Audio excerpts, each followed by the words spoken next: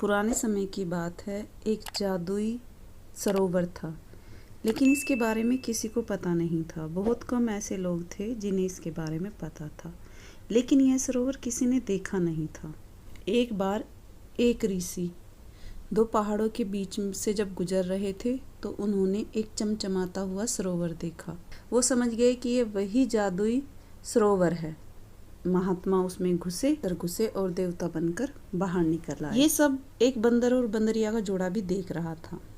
उन्होंने कहा एक दूसरे से कि हम इसे कितने साल से देख रहे हैं, ये हमारी आंखों के सामने था, पर हमने ये कभी महसूस ही नहीं किया कि ये एक जादुई सरोवर है। बंदर ने कहा कि चलो हम दोनों भी इसमें छलांग लगाते हैं।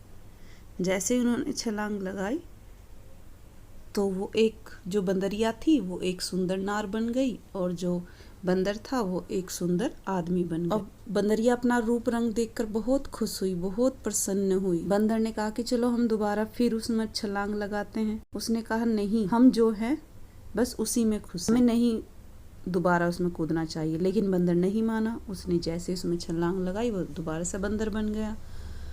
अब बंदरिया को जंगल में एक राजा मिल गए। उसने राजा से विवाह कर लिया।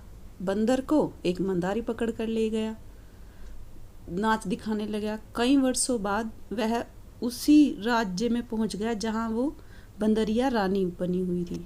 मंदारी ने बंदरिया के सामने जो रानी बन चुकी थी, मंदारी ने उस राज्य में बंदर का नाच दिखाया।